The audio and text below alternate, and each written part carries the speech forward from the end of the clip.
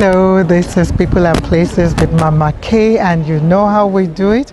We're at the Jazz Easter Festival taking place in Langa at this amazing venue that you're all aware of. And some of you know about Ameshi, some of you don't, but saying that, I've got this beautiful woman, really smart, creative. I've just known her for like now, but I can tell already, Pumla. Yes. So tell us who you are and what you do. My name is Pumla Makeleni. I've written a book called... So you're an author? Yes, called Early Rain. But I also sell books, and my interest is more Pan-African authors. So I try and focus on all the, like Mama Ama Aita Aidu, Chinua Achebe, I saw Chinua Achebe there, I saw, yes, Yeah, so I try and get Pan-African books secondhand, and then I sell them.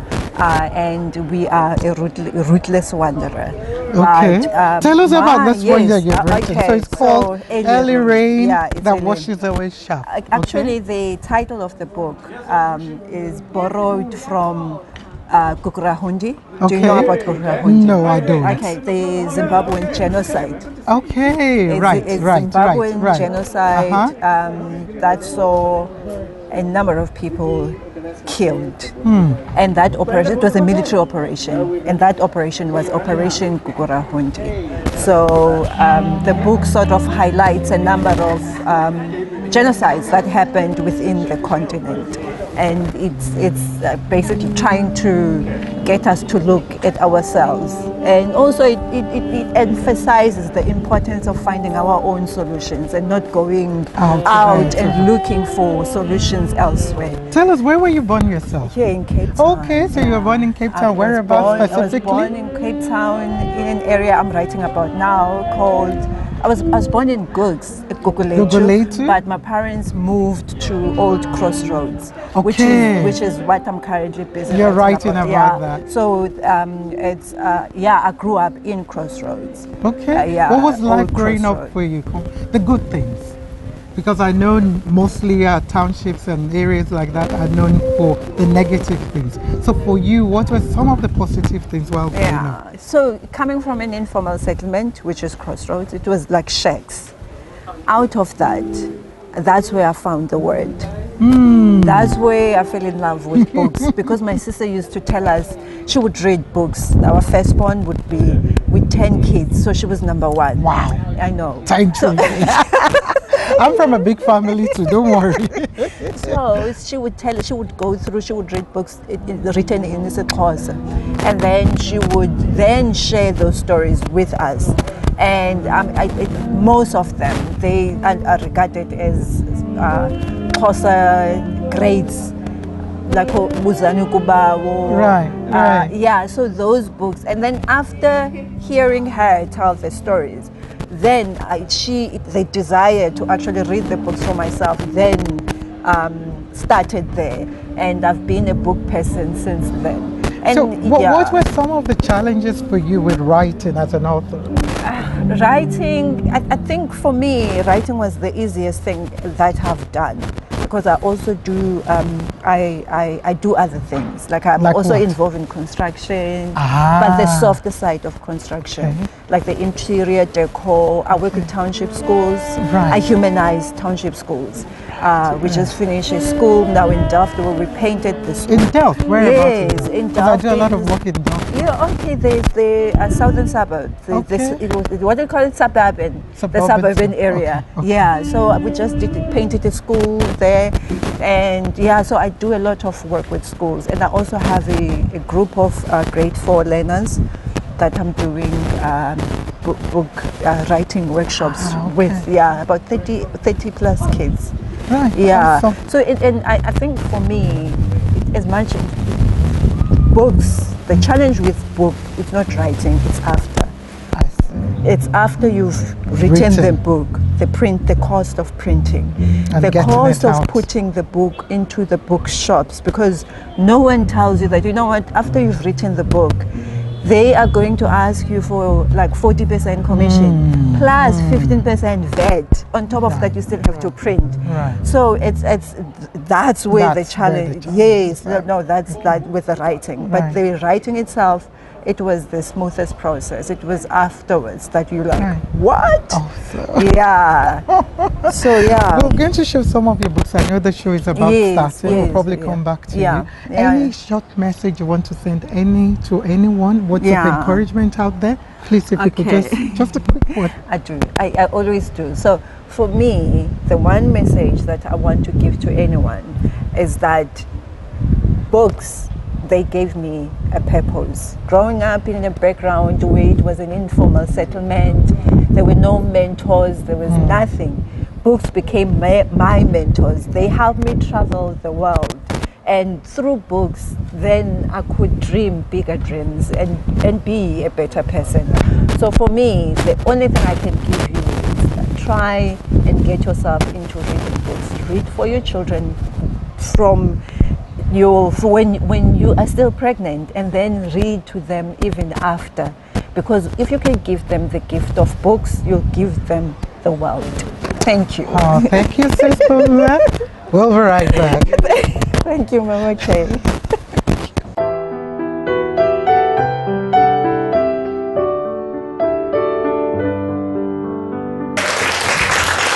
Now we're going to do two sets. They give us time. It's Sunday afternoon, and it's Easter weekend, and it's a holiday. So, yeah. So, sure.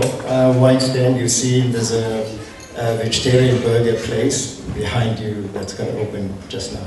So take your time, look at the murals. There's art in front there. So enjoy nonetheless to your art here. Thank you.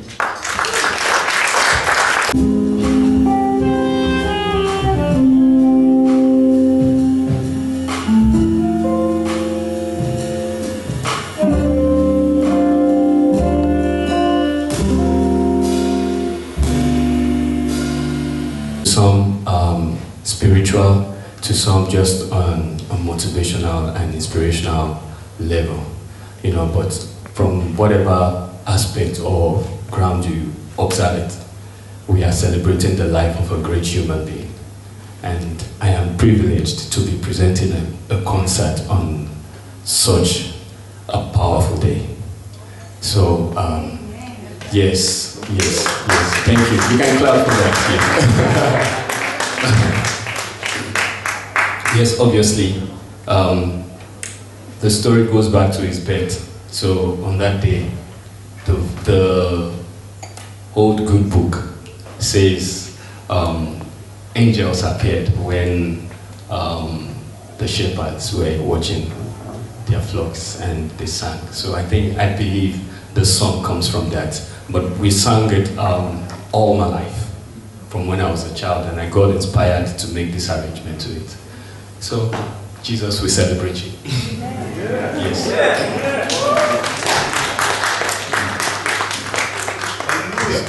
Amen. Yes.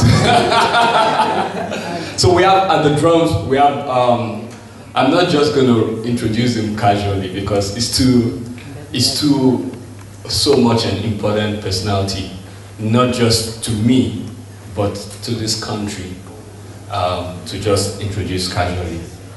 We have seated at the drums a pure royalty, you know. Yes, you can clap before I mention the name.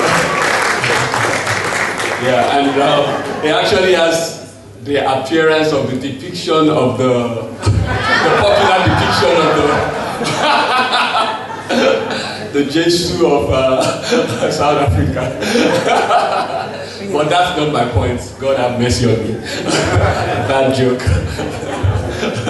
So, now I said he's a royalty, and I'll tell you why. Besides being an accomplished drummer, this man here has recorded, without just being very modest, at least 70% of some of the best jazz albums you've listened to or music you've heard come out of South Africa in how many years? Maybe the last 10 to 20 years. Yeah, in the last 20 years. So like at least 70% of the jazz records comes from his studio, and for that he has 3 SAMA awards to his belt. So, do you understand why I say it's pure royalty? And he's one of the most sought out drummers in the country. So, imagine, I have the rare privilege. And besides all this, on a personal level, he's my brother. Yes, my brother from another mother. Jesus, my Nigerian tongue is trying to get away. I appreciate you, Bro Peter. Thank you for jumping in on the last call. I'm trying to do all the talking so that we can do all the playing afterwards. Let's give a round of applause for Mr. Peter.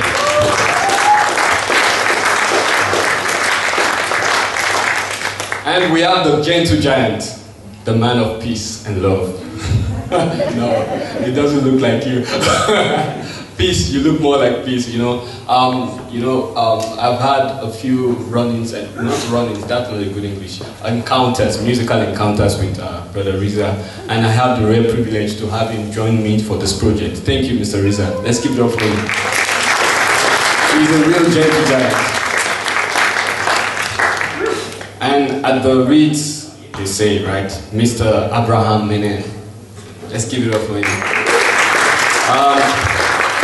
Abraham Menen, I didn't just call his name like that because this is a very special man, and he's an educator, a player. He's come from the classical world and straight into the jazz. You know, he's a lecturer and everything. So I appreciate you, brother. Thank you for joining me for this. And of course, my name is Amaishi Ikechi, all the way from Lagos State and living in South Africa. And I have lots of music for you, so the talking stops here. But if I get inspired and to tell you a moving story, I will speak to my team. Thank you.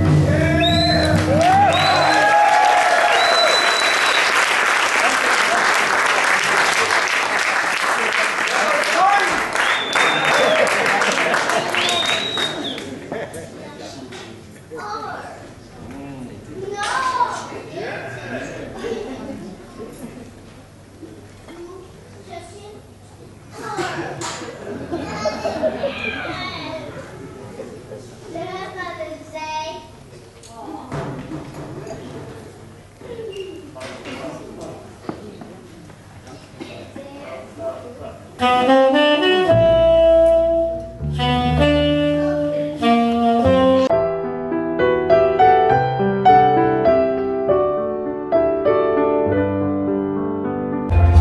yes, people and places, this is Mama K, and we're still at the Easter Jazz event happening in Langa, organized by the Jazz in the Native Yard. And I've got, he has to tell us who he is, because yes, I can't believe we can find a local homeboy growing this and doing this business. So tell us who you are and what your products are. Okay, thank you for having me. My name is Lindile Nzaba. I'm the founder and creator of Kalicha's Finest Wines. Started the brand 2018, and the whole inspiration is withdrawn from my background in the hospitality industry. So I started to work in the hospitality industry 2009. Started like from bottom, like as a dishwasher, and I actually worked my way up. And yeah, it was throughout the journey then, like where I was working in that restaurant, I was exposed working with wine sommeliers. So I used to assist like in wine tastings, polish wine glasses for them, and I just got more interested like with the wine culture, because like where I'm from in the township, like the wine culture. It's not something that you exactly. So let me ask you this, you know, already. Where were you born?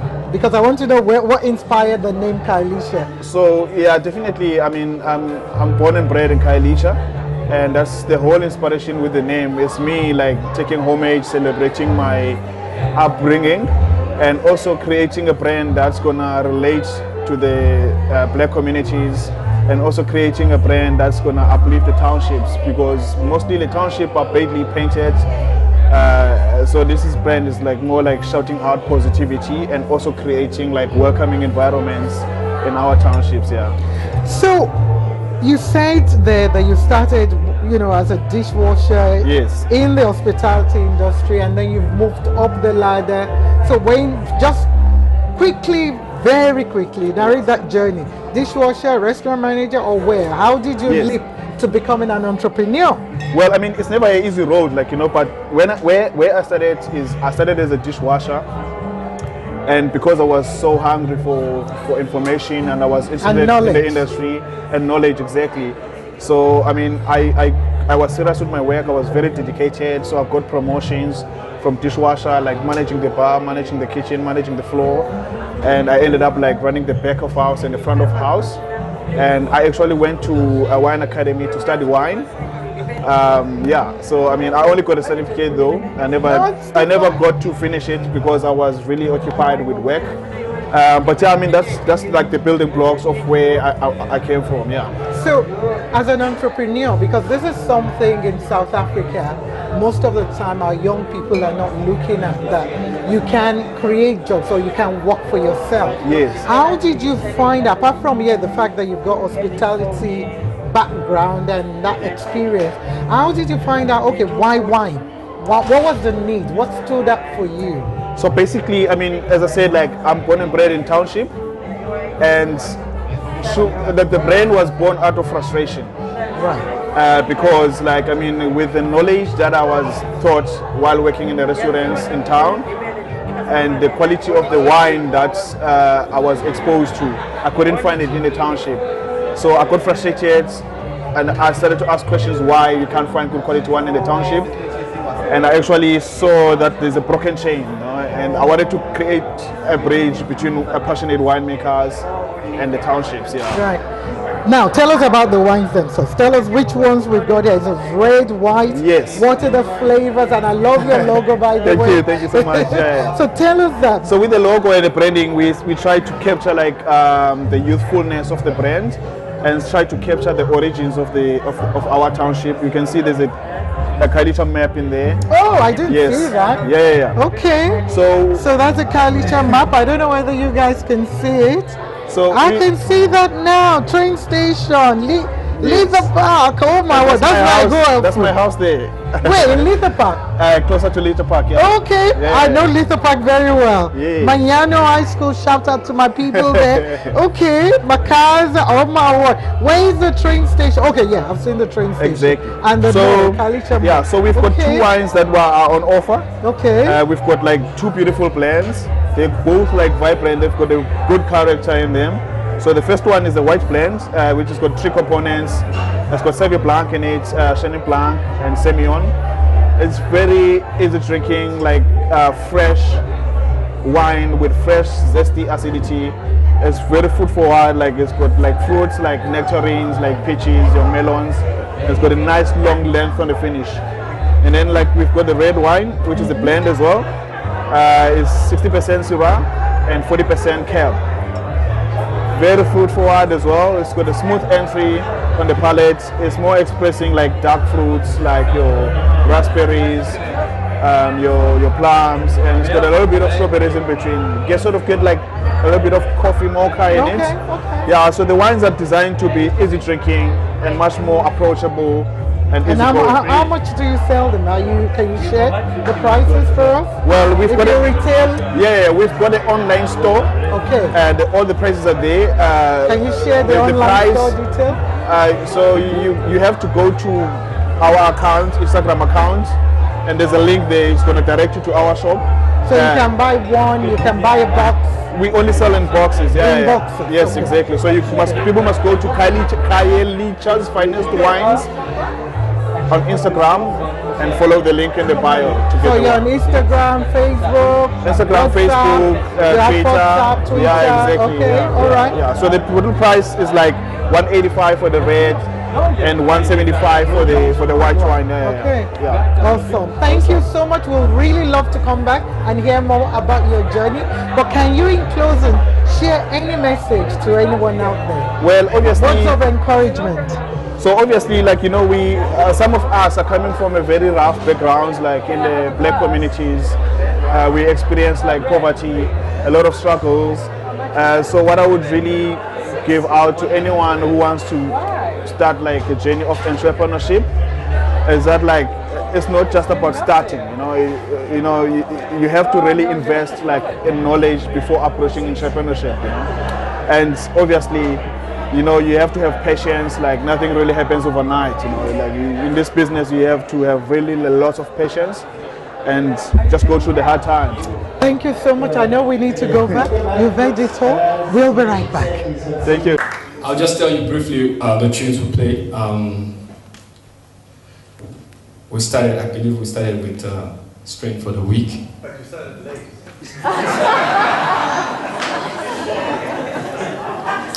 I believe we made up, right? Well, thank you for pointing out.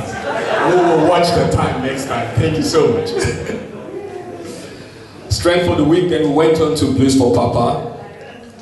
And then the most important reason why I'm talking about the songs is we played another tune which isn't my original composition, but I would say is my #1 jazz musician in the world, and his name is Pat Metheny. So we played a tune of his titled New Year. Then we followed with this last tune called The Truth and the Life, which is an original composition of mine. We're gonna end this set with Auntie Mama. And you're thinking, is that A-N-T-I or A-U-N-T-Y? I know my Nigerian accent would have confused you a bit. I've been here for so long, but it's not changing. So, but okay. I think I can tell you one story to buy more time for. You're gonna get me by the corner. Well, for now I have the microphone, right? Well, Auntie Mama is actually written for my wife. So I'll tell you a quick story. I met my wife when we did summer class after high school. Then we lost contact. I got into a church band, not a church band, but it's a Christian band. And I met a gentleman by the name Dari and a few other guys. And along the line, I discovered that the lady I met some years, maybe 1 or 2 years back, was actually Dari's sister. So, yes. Cut a long story short, I proposed to her. And, then I was talking to another friend from the band, You know, who knows, a common friend that, you know what, I'm going to get married to Darius' sister. And he says, really? You're going to marry Mama?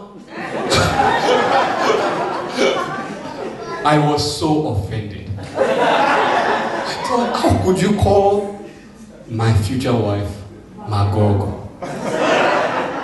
Magogo means old lady. So then, fast forward, I go to Nigeria for the formal introduction. Then I arrived in the house and all the young kids around me calling her Auntie Mama, Auntie Mama, Auntie Mama. They're thinking, what's happening here? So apparently, when she was much younger, when kids play different roles, she always played the mother. And she was the one who would tell them what to cook, where to sleep, and everything. So the name stuck. So the older ones called her Mama, but in Nigerian culture, especially the Yorubas, you don't call your older sibling by name. So the direct meaning of auntie means maybe in this world and the Western world means maybe your father or your mother's sister. But in Nigeria, we borrow that word. Since there was no better word to use to refer to an older person, whether your blood sibling or someone older brother. So you call auntie or uncle, it doesn't matter. Exactly. So she earned the name. So the little kids called her Auntie Mama, Auntie Mama, Auntie Mama. So that's the story. This song is for Auntie Mama. And no better person to dedicate the tune to. She's been a bedrock. I think my life has been a lot more easier since I got married to Auntie Mama. Thank you.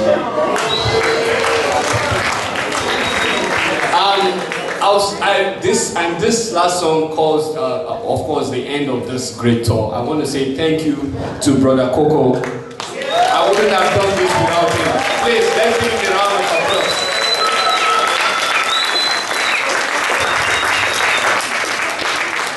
It is a rare privilege to be able to do what you love. Not just what you love, but what you were born to do. Yes. And when you get that opportunity, you can never be too confident that because others would have it. So we are grateful to have this space. And the more you come out to support live music, there are so many talents in Africa. But the more you support, the better. Then we can even write more songs and stuff. I think I've preached a sermon. So let's play Auntie Mama. See you soon. Cape Town. Please follow me everywhere.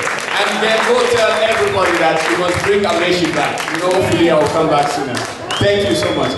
Peter Oret, Riza Kota, Abraham Menen, Ameshi.